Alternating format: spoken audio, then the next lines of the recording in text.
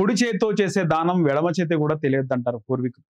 అలాంటిది మెగాస్టార్ తనయుడు global star Ram Charan ఎంతో మందికి సహాయం చేస్తూ ఉంటాడు, కానీ బయటికి చెప్పుకోడు అని. కానీ 17 నెలల కింద రామ్ చరణ్ ఆయన సత్యమై ఉపాసన చేసిన ఒక కుటుంబానికి సహాయం 17 నెలల తర్వాత నందమూరి బాలకృష్ణ గారు హోస్ట్ చేస్తున్న అన్స్టాపబుల్ షోలో బయటపడింది. తను చేసే సహాయం అండి, సహాయం అందుకున్నాడు కూడా తెలియదు సహాయం చేస్తాడని. యాక్టర్ శంకర్ మహాంతి గారు మన స్టూడియోలో ఉన్నారు, ఆయనతో మాట్లాడు. సార్ నమస్తే. నమస్తే. సార్, ముఖ్యంగా మీకు 17 నెలల కింద జరిగినటువంటి సహాయాన్ని అన్స్టాపబుల్ షోలో చూసాం. యాక్చువల్గా మిమ్మల్ని సినిమాల్లో చూడడం, తర్వాత చాలా వరకు కూడా మీ ఇంటర్వ్యూస్ చూడడం జరిగింది. సో మీకు బ్రేక్ వచ్చే కంటే ముందు చాలా సినిమాల్లో, సీరియల్స్ లో కూడా మీరు చేశారు.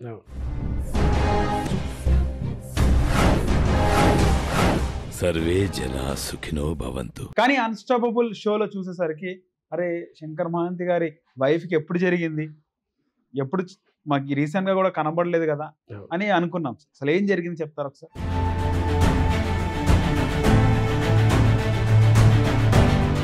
కానీ 17 months తర్వాత ఈ విషయం బయటికి రావడం జరిగింది. ఇలాంటి హెల్ప్ రామ్ చరణ్ గారు కూడా చాలా మంది చెప్తుంటారు ఆయన బాగా క్రమశిక్షణ అని. అంటే మెగాస్టార్ కొడుకైనప్పటికి కూడా ఎప్పుడు క్రమశిక్షణగా ఉంటాడని రీసెంట్ గా నాగార్జున గారు కూడా చెప్పారు. మా అన్నయ్య కొడుకు రామ్ చరణ్ క్రమశిక్షణకు మారిపోయారు అని. వినయం కూడా నరేష్ గారు ఎంత వినయంగా,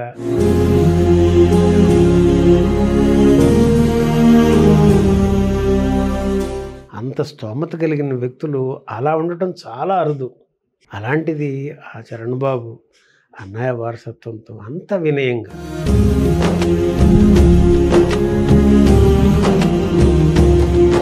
అన్స్టాపబుల్ షో నుంచి ఎప్పుడు కాల్ వచ్చింది, ఎవరు కాల్ చేశారు? అన్స్టాపబుల్ అంటే బాలకృష్ణ గారు.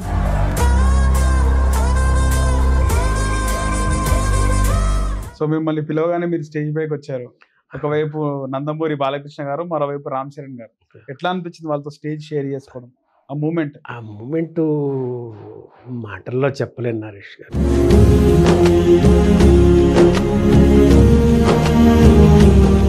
మొత్తానికి ఎవరికి దక్కని అదృష్టం మీకు దక్కింది ఆ రోజు. I'm lucky.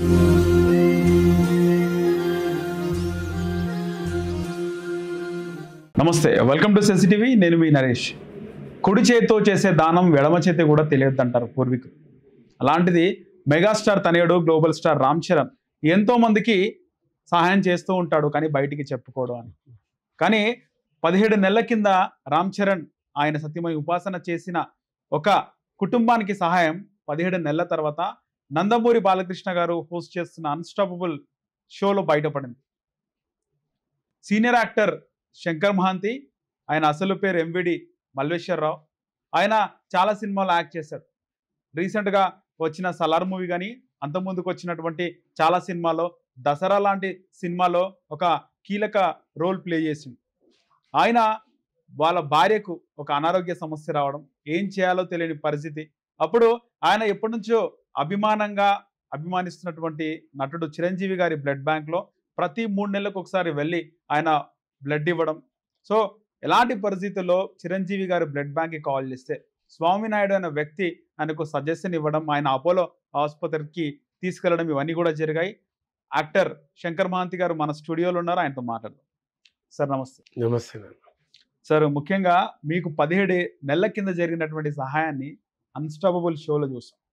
యాక్చువల్గా మిమ్మల్ని సినిమాల్లో చూడడం, తర్వాత చాలా వరకు కూడా మీ ఇంటర్వ్యూస్ చూడడం జరిగింది. సో మీకు బ్రేక్ వచ్చే కంటే ముందు చాలా సినిమాల్లో, సీరియల్స్ లో కూడా మీరు చేశారు.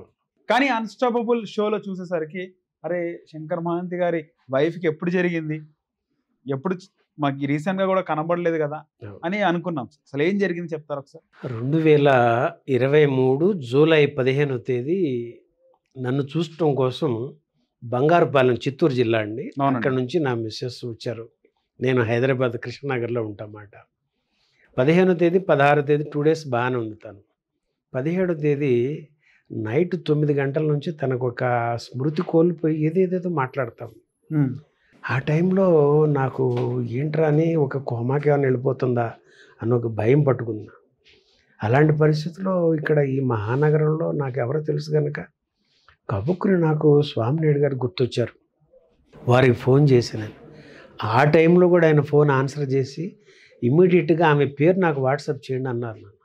ఆ తర్వాత ఒక 10 మంది ఫ్రెండ్స్ నాకు వాళ్ళకి వీళ్ళకి ఫోన్లు చేశా.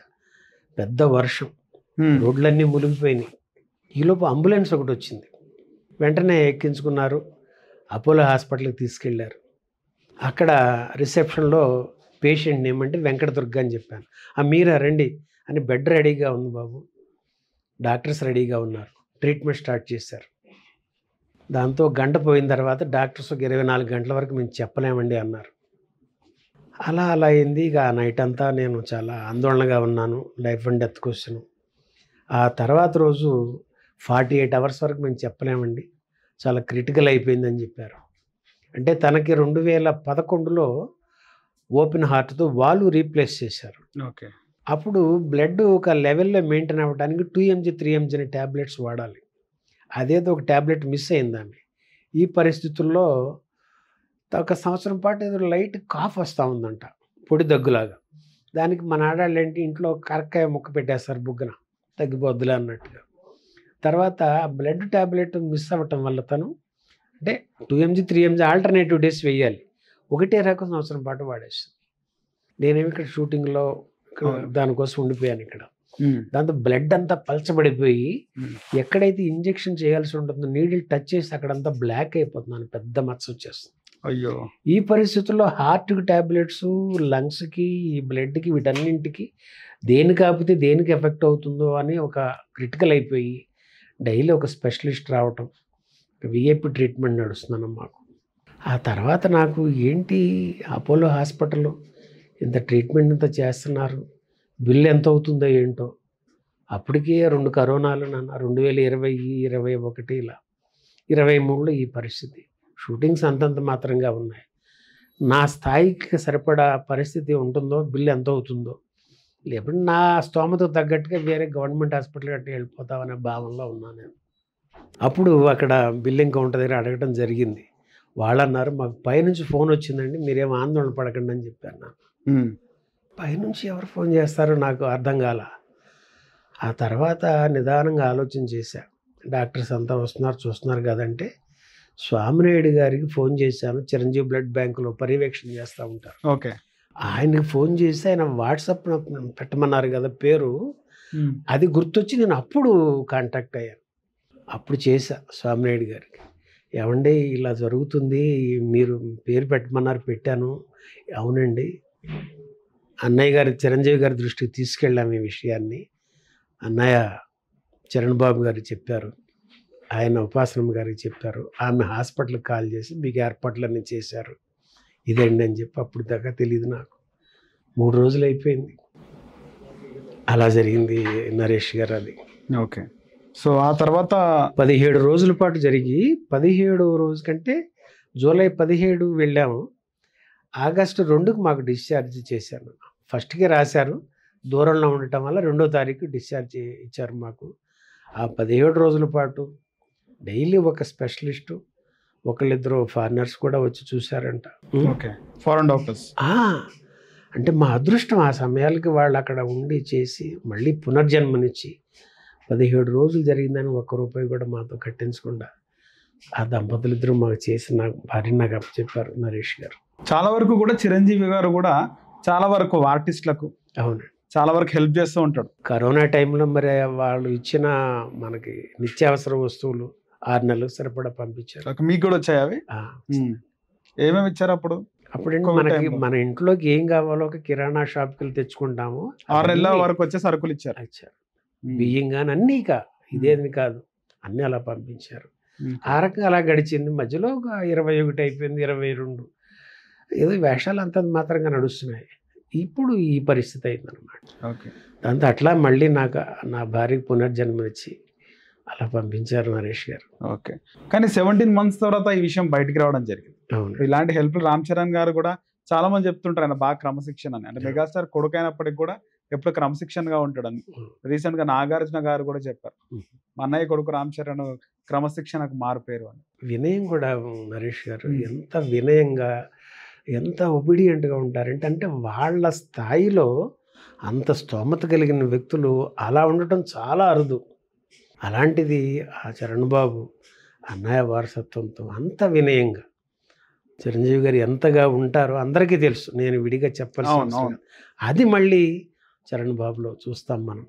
కానీ అలా- చరణ్ గారు కూడా స్టార్టింగ్ లో కొంచెం ఆయన అగ్రెసివ్ గానే ఉండే, చిరంజీవి గారు ఇలా మోల్డ్ చేస్తారని కూడా చెప్తుంటారు కదా. అది కాదు, ఎందుకంటే బిడ్డ ఎప్పుడు అలానే ఉన్నారండి. అగ్రెసివ్నెస్ అనేది ఎప్పుడు లేదు. పని- మెగాస్టార్ కొడుకంటే అది ఉంటది కదా సార్ ఆ, ఖచ్చితంగా. అంటే అది జనం అనుకుంటారు, ఉమ్. జనం అని అట్లా అనుకుంటారు. అది ఏదో నేర్పితే వచ్చేది కాదు. ఇప్పుడైతే లేదనుకోండి. ఇప్పుడు బై జీన్సే, బై పుట్టుకతోనే ఉంటాయి నరేష్ గారు. ఇలాంటివన్నీ ఒకళ్ళు నేర్పిస్తే వచ్చేవి కాదు. జన్మతః ఆ జీన్స్లో నుంచి వస్తుంది. ఇంకా పెద్దల్ని బట్టి ఇంకా జాగ్రత్తగా అలా పెరుగుతారు, అలా ఎదుగుతారనమాట. అందుకనే వాళ్ళు ఆ స్థాయిలో చేరుకోగలిగారు. మరి గ్లోబల్ స్టార్ కాగలిగాడు. మరి ఆయనకి అట్లాగే కాంబినేషన్గా ఉపాసన గారు చూడండి, మరి అవును. ఆమె మరి ఎంత సర్వీస్ చేస్తుంటారు. అవును, అవును. అన్నయ్య ఒక పక్కన చిరంజీవి గారు, ఇటు చరణ్ బాబు అటు ఉపాసన గారు. అంటే ఆ కాంబినేషన్స్ అలా భగవంతుడు మ్యాచ్ చేస్తాడు అని నేను నమ్ముతా. ఓకే. అలా ఆయన ఎప్పుడు అగ్రెసివ్ లేదు. బయట అనుకుంటారు సహజంగా, అమ్మ వాళ్ళకేంటరా ఇలా వస్తుంది అనుకోవటం వాళ్ళ తప్పు కాదు. కానీ వాస్తవం అనేది అక్కడ దగ్గరలో ఉన్న వాళ్ళకి తెలుస్తుంది అనమాట. చాలా విని ఉన్నాను. ఓకే. అన్స్టాపబుల్ షో నుంచి ఎప్పుడు కాల్ వచ్చింది, ఎవరు కాల్ చేస్తారు? అన్స్టాపబుల్ అంటే బాలకృష్ణ గారు దాన్ని కండక్ట్ చేస్తూ ఉంటారు. ఆహా ఛానల్ ఓటీటీ నుంచి. దాని క్రియేటివ్ టీమ్ అని ఉంటారు కదా, వాళ్ళ దగ్గర నుంచి నాకు ఫోన్ వచ్చింది.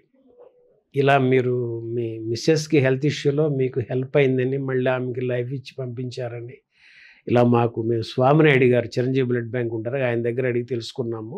మీ నెంబర్ అక్కడ నుంచి తీసుకున్నాం మేము. ఓకే. కాబట్టి అసలు మీకేం జరిగింది అంటే అంతా నేను చెప్పాను. రాఘవ్ గారు అని ఉంటారన్నమాట టీం. చెప్పిన తర్వాత మరి ప్రోగ్రామ్ ఒకటి చేస్తున్నాం మేము, మీరు బయలుదేరి రాగలుగుతారా అన్నారు. అలాగే రండి అన్న. ఇది డిసెంబరు 30న నాకు అక్కడ నుంచి తీసుకొచ్చారు. ఓకే. చిత్తూరు దగ్గర బంగారపాలెం నుంచి. ఓకే. దాంతో ఇక్కడ నాకు అన్నపూర్ణ స్టూడియోలో పెట్టారు. ఆ రోజు ఈవినింగ్ ప్రోగ్రామ్ అది జరిగింది. అలా ఆహా టీం నుంచి వచ్చింది.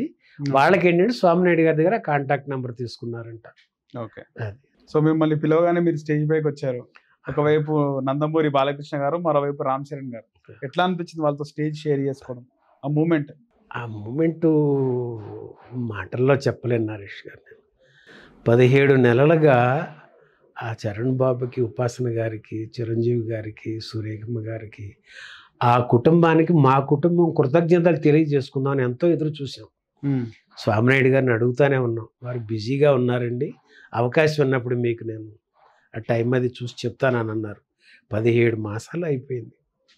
అది ఆహా క్రియేటివ్ టీం నుంచి ఫోన్ రావటం, అన్స్టాపబుల్ ప్రోగ్రాంలో గేమ్ చేంజర్ అన్న విషయం నాకు ఇక్కడ స్టూడియోకి వచ్చాక తెలిసిందండి.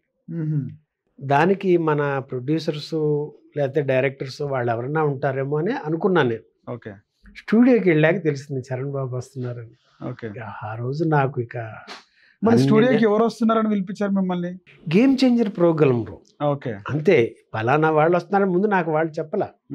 ఇక హెల్ప్ అందిందని తెలిసింది. అది ఎంతవరకు ఏమిటని అడిగితే చెప్పాను. సరే ఇలా అన్నారు, అది గేమ్ చేంజర్ అని తెలిసింది. చరణ్ బాబు అని నాకు తెలియదు. అక్కడికి వచ్చాక చరణ్ బాబు సినిమా అని తెలుసు. అంతేగా మరి. ఆ గేమ్ చేంజర్ అంటే ఆయన సినిమానే, డైరెక్టర్ గారో ప్రొడ్యూసర్స్ సంథింగ్ దానికి సంబంధించి. కానీ బాలకృష్ణ గారు ఉంటారని తెలుసు. అది ఇక ఆయన ఎప్పటి నుంచి అది ఇక తెలిసిన విషయం అది. అంటే ఒకవైపు నందమూరి తారక రామారావు గారి వారసత్వం, ఇటు చిరంజీవి గారి వారసత్వం. ఇక రెండు ఒక పెద్ద అంటారే పెద్ద కొండలు. ఎంతో వినయ విధేయతలు కలిగి ఎంతో ఒక అఖండమైన పేరు సంపాదించిన ఆ 2 కుటుంబాల వ్యక్తుల మధ్యన ఈ శంకర మహాంతిని ఇప్పుడిప్పుడే కాస్త నలుగురికి కనిపిస్తున్న ఈ చిన్న వేషంగా వస్తున్న ఈ వ్యక్తికి అంతటి దక్కడం అంటే అంత అదృష్టం నరేష్ గారు. అలా ఆ రోజు ఇక నాకు వేదిక మీదకి పిలవగానే చాలా ఆనందమైంది.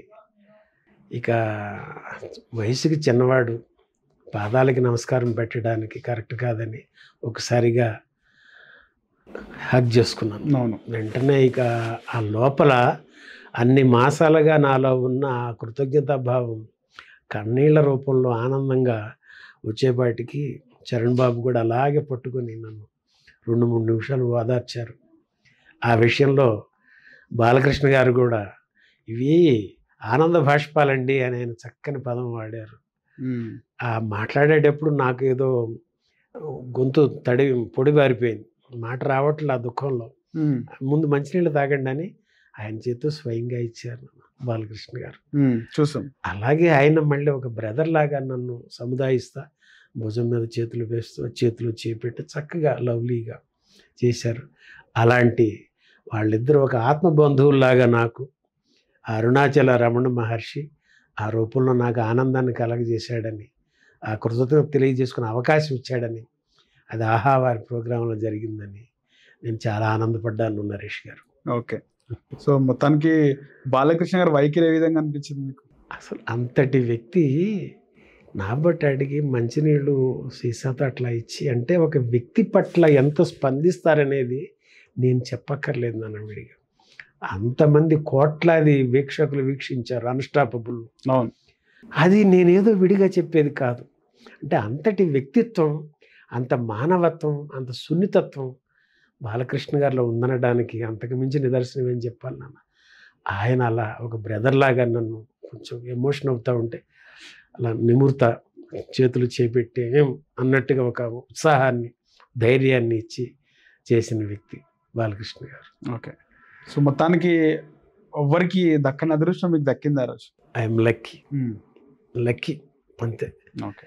మామూలు విషయం కాదు. అది కూడా ఎలా చెప్తానంటే నరేష్ గారు, చిరంజీవి గారు, చరణ్ బాబు, ఉపాసన గారు ఎంతోమందికి సహాయాలు చేశారు వారు. ఈ అన్స్టాపబుల్ ప్రోగ్రాం కూడా ఇంకెవరైనా పిలిచి ఉండొచ్చుగా. అవును.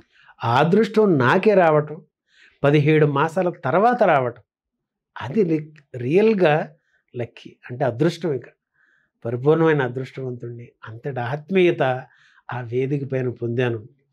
చరణ్ బాబు నా గుండె యొక్క చప్పుడు మొత్తం పూర్తిగా విన్నారు. అంతసేపు నన్ను నిమురుతానే అలా అలా చేస్తూనే ఉన్నారు.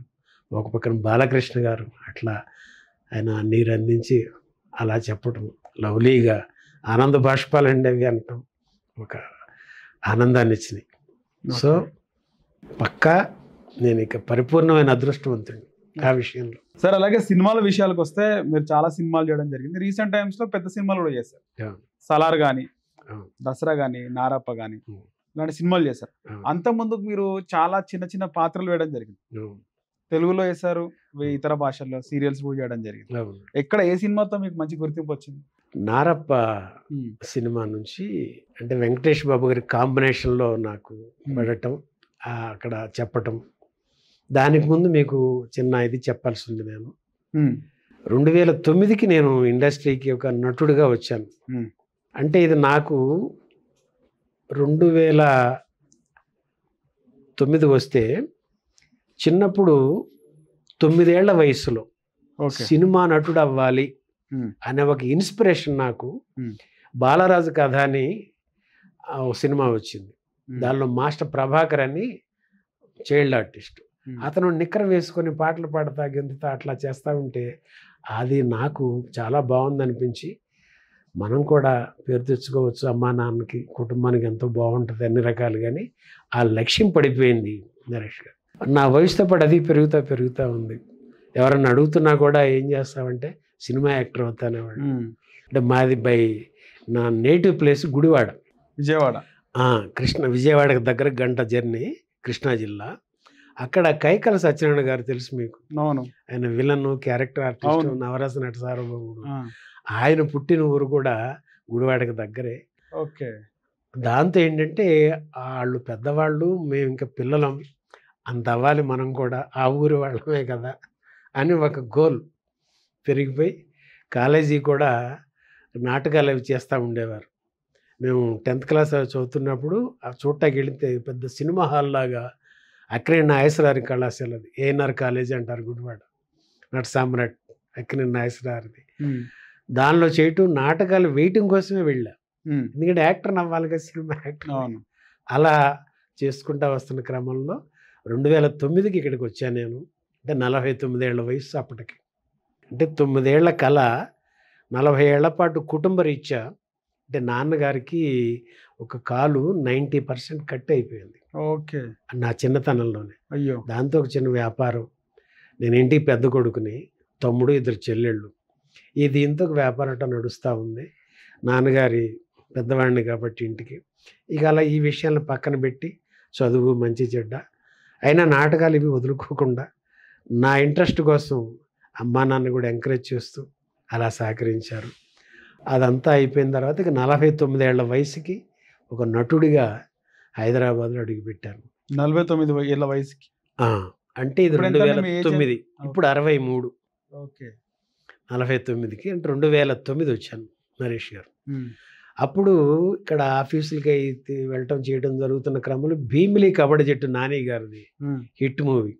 దానిలో కబడ్డీ టీం ఉంటారు కదా, ఆ టీంకి అంటే 8 మందో 11 ఎంతమంది ఉంటారు కదా, 11 ఒక్కొక్క కుర్రాడికి ఒక ఫాదరు మదరు. అందులో నాని గారికి ఆ యాంటీగా ఒక కుర్రాడు ఉంటాడు, వాడు రైస్ మిల్ అనమాట. ఆ రైస్ మిల్ ఓనర్ని నేను, ఆ కొడుకు వాడు హీరోకి యాంటీగా ఆ క్యారెక్టర్ చేశాను.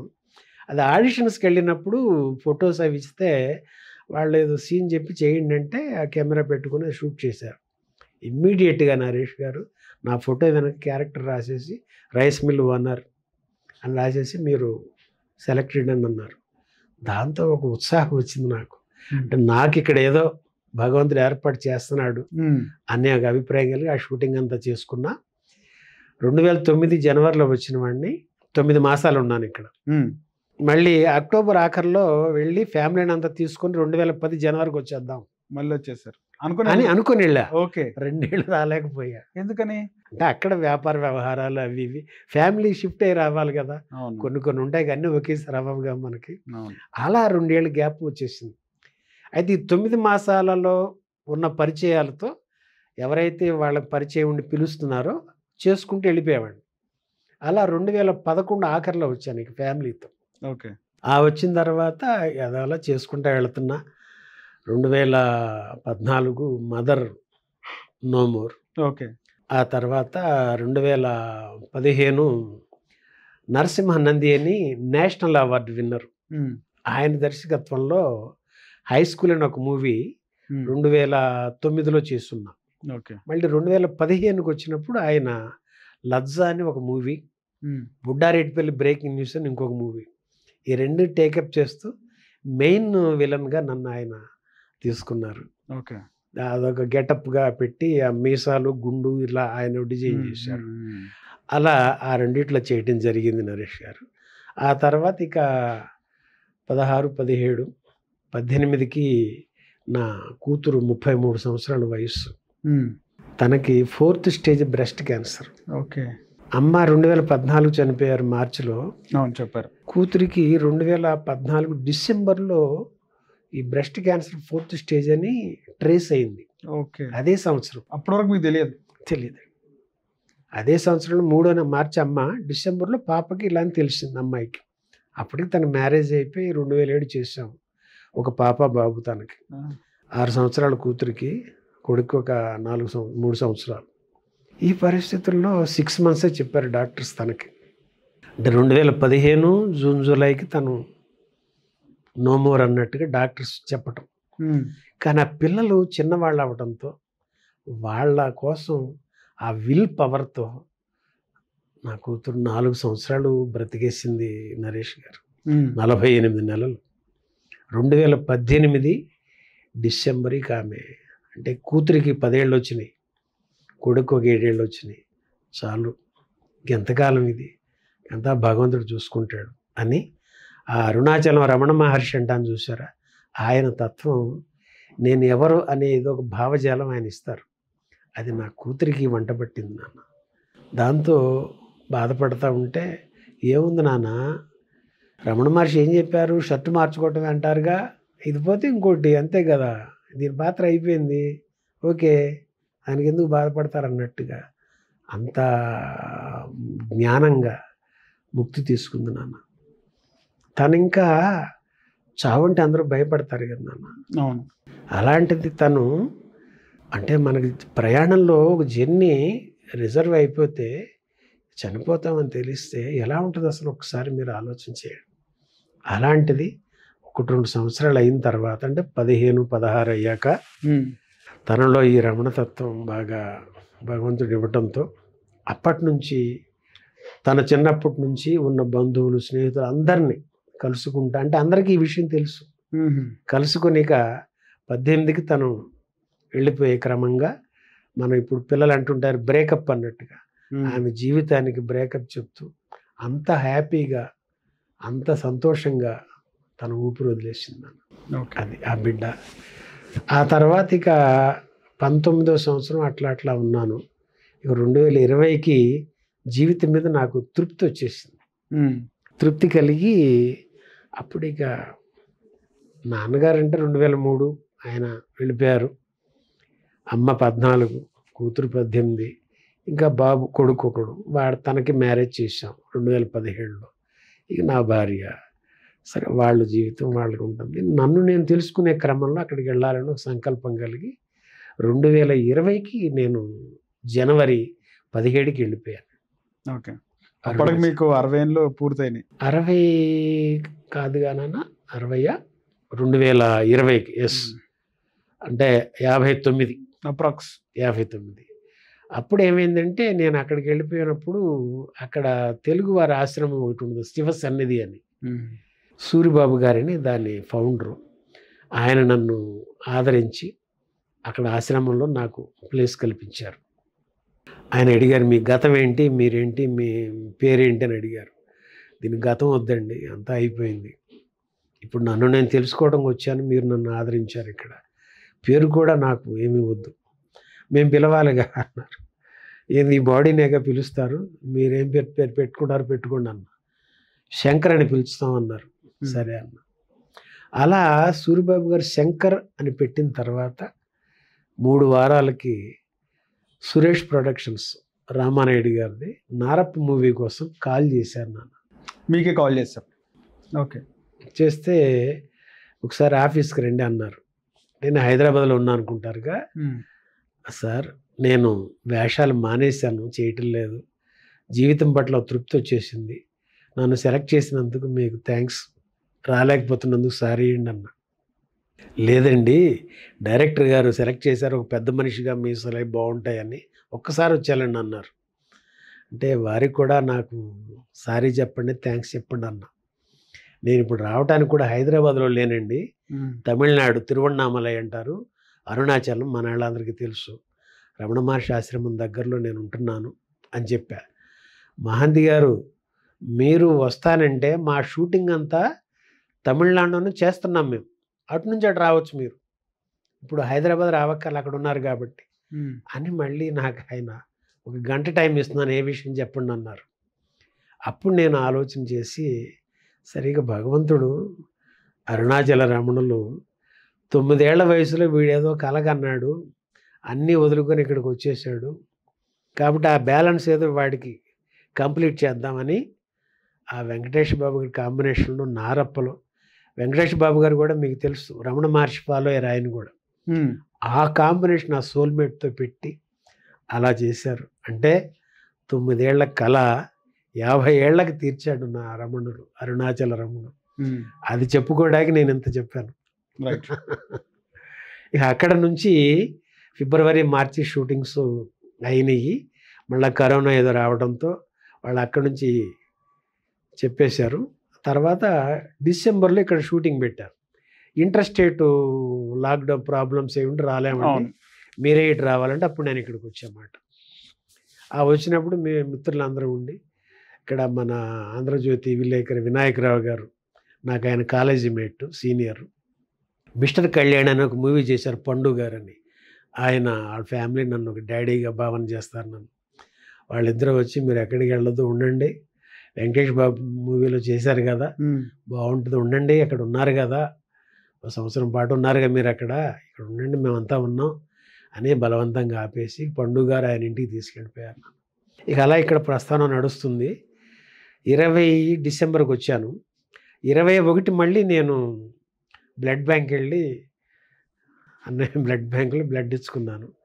అక్కడ నుంచి అలా స్వామినాయుడు గారు అక్కడ పరిచయం నాకు. ఓకే. అప్పటి నుంచి రెగ్యులర్గా బ్లడ్ ఇస్తున్నారు? 2009 నుంచే కంటిన్యూస్గా ఇస్తున్నాను నేను. 2006 ఒకసారి 7 ఒకసారి ఇచ్చాను. 9 నుంచి ఇక్కడ షిఫ్ట్ అయిన దగ్గర నుంచి క్వార్టర్లీ వన్స్ వెళ్తూ ఉండేవాడిని. షూటింగ్స్ ఉన్నప్పుడు ఒక నెల అటు ఇటుగా, మళ్ళీ ఈ గ్యాప్లో తర్వాత 2021కి మళ్ళీ కంటిన్యూ చేసుకున్నాం. అప్పుడు స్వామినాయుడు గారు పరిచయం అవటం, అరుణాచలం అని అనగానే ఆయన కనెక్ట్ అయ్యి ఇక అప్పుడు సత్సంగం నడుస్తూ ఉంది. చూడన్నాను ఇదంతా ఎలా ఉంటుందంటే అది ఎప్పుడు సంగతి, ఇవి జరిగింది ఎప్పుడు సంగతి.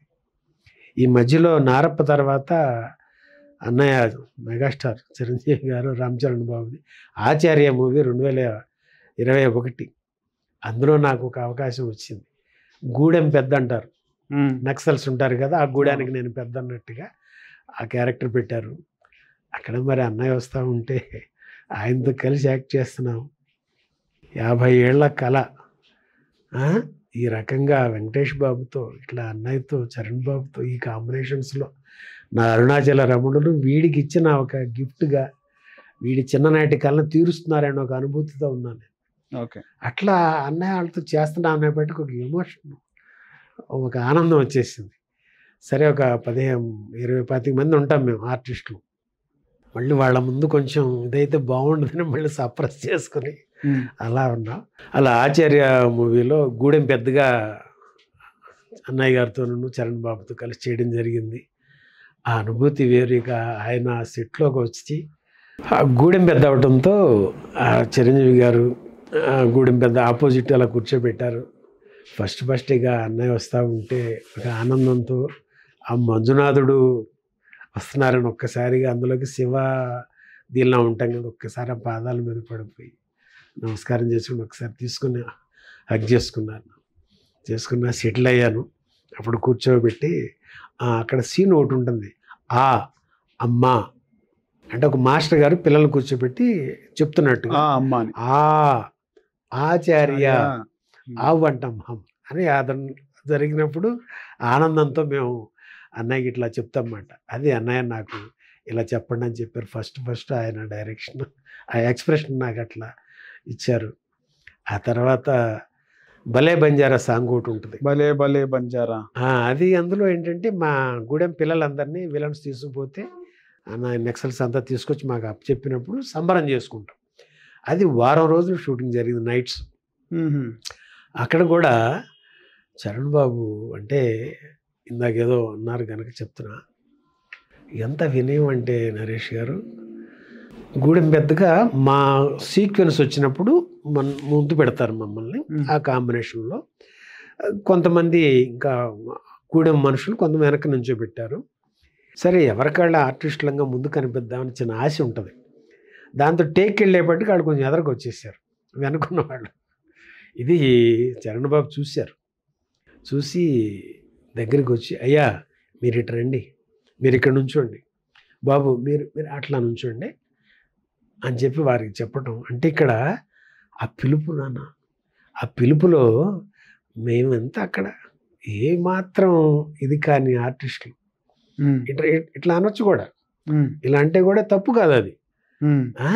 అలాంటిది అయ్యా అని ఆ హృదయపూర్వకంగా పిలవడం చూసారా, అది సోల్ కనెక్ట్ అయిపోయింది మనకి. అంత వినయంగా బిడ్డ పిలిచేపాటికి ఇంటికి వచ్చాక మా మిస్సెస్ బాబు కోడళ్ళు ఎంత ఆనందపడిపోయారు చెప్తా ఉంటే. అలా బాబుతో ఆ అనుభూతి నాకు అప్పుడే. ఇది 2023, ఇది 21-23 చూడండి. అప్పటికి మేమెవరో తెలియదు వారికి. ఆర్టిస్టులు ఎవరో ఎంత వందల మందిని చూస్తుంటారు, వాళ్ళు వేల మందితో చేస్తుంటారు. అలా అదైన తర్వాత చివరి రోజు ఇక సాంగ్ అయిపోయింది, 7వ రోజు గుమ్మడికాయ కొట్టేశారు. అందరూ ఇక అన్నయ్యతో ఫోటోలు దిగుతున్నారు. సినిమా అయిపోయింది ఆ సాంగ్తో. ఇక లాస్ట్ ఓకే గుమ్మడికాయ కొట్టేశారు. ఇక భలే భలే సాంగ్తో లాస్ట్ భలే భలే బంజారాతో. అప్పుడు ముందర ఫోటోలు దిగుతున్నారన్నమాట. సరే మా ఫోన్స్ మా దగ్గర ఉంచరు, వేరే తీసేసుకుంటారు. నేను ఒక పక్కన అలా నిలబడి ఉన్నా, అన్నయ్య అటు వెళతా ఆగి ఒక క్షణం వెనక్కి వచ్చి ఆ కుడిచే ఈ భుజం మీద వేశారు నాన్న. వేసి అలా దృష్టి ఇచ్చారు నాకు. అంటే ఒక చేయి తాగితే చాలా ఆత్మీయత. మరి ఆ కాస్మిక్ పవర్ 2021 సంగతి నరేష్ గారు. మరి నా భార్యకి అందినది 2023. అంటే దీన్ని ఎలా అనుకోవాలి నేను?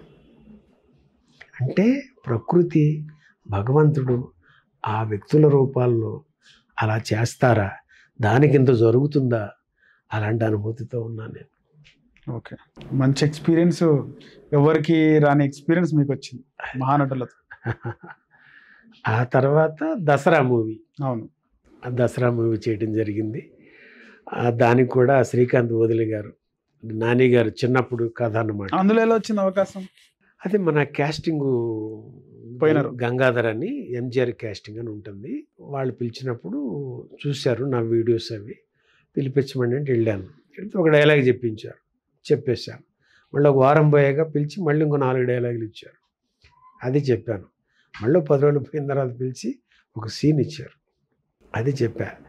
పోయిన తర్వాత 15 రోజులకి 4 సీన్స్ ఒక క్యారెక్టర్ రాశాను. అది మరి ఆ రంగా శ్రీకాంత్ వదిలి గారికి నేను మన ఛానల్ ద్వారా థ్యాంక్స్ చెప్పుకుంటున్నా. అలా ఆ క్యారెక్టర్ నాకు అది జరిగింది. ఆ తర్వాత సలార్ కూడా అది కూడా ఎట్లాగా దసరా మూవీ. ప్రభాస్ గారితో ఎట్లుండే సలార్ సెట్స్? అంటే ఆయన కాంబినేషన్లో సీన్స్ కాదు, కాకపోతే ఆయన ఉంటారు కదా, లేరా? లేదు, అంటే ఆయన సీన్ ఉన్నప్పుడు ఉంటారు, కాకుండా వేరే సీన్ అనమాట. అక్కడంతా చాలా పెద్ద, చాలా మంచి సీన్. అది ఎక్కడ జరిగింది మొత్తం shoot? Salaar Ramoji film city, అక్కడే మా క్యారెక్టర్ అంతా అక్కడ చేశారు. చాలా బాగా డైరెక్టర్ ప్రశాంత్ నీల్ గారు, మరి ఆయన డైరెక్షన్లో అది కూడా అదృష్టం. అది దసరా మూవీ చూసి దానికి నన్ను పిలిపించారు ఆ డిపార్ట్మెంట్ వాళ్ళు. ఓకే, అంతా ఆ క్యారెక్టర్, ఆ ప్రశాంత్ నీల్ గారు చక్కగా కూల్గా ఆయన అలా సీన్ చెప్తుంటే ఎలా చేస్తారన్నారు, చెప్పాను. ఓకే రైట్, బాగుంది, కెరియర్ టేక్ వెళ్ళిపోయాను. చక్కగా 3 షాట్స్, మాస్టర్, మిడ్, క్లోజ్, హ్యాపీగా.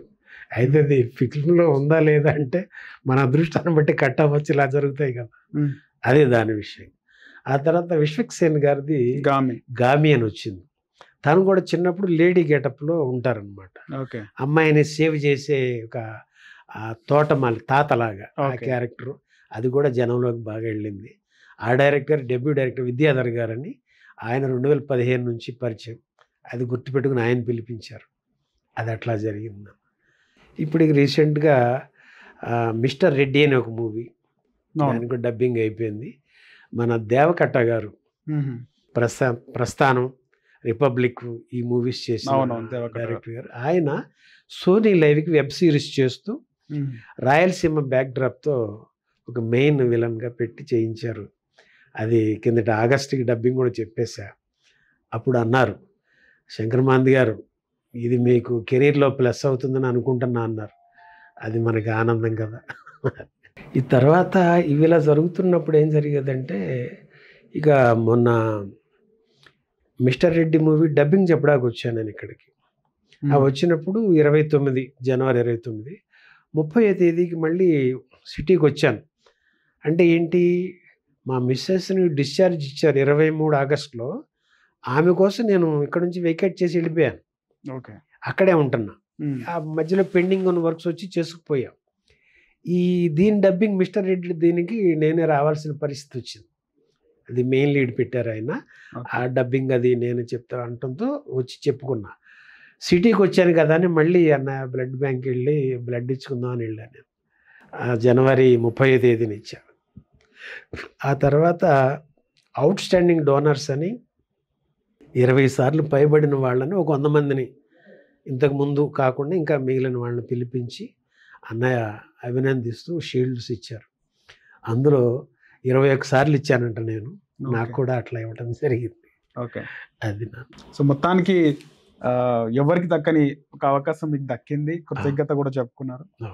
మీకు ఇంకా కూడా మంచి మీ లుక్ తగ్గట్టుగా వైవిధ్యభరితమైనటువంటి క్యారెక్టర్స్ రావాలని మా సెసిటీవీ నుంచి ప్రత్యేకంగా కోరుకుంటూ ధన్యవాదాలు. థ్యాంక్ యూ నరేష్ గారు.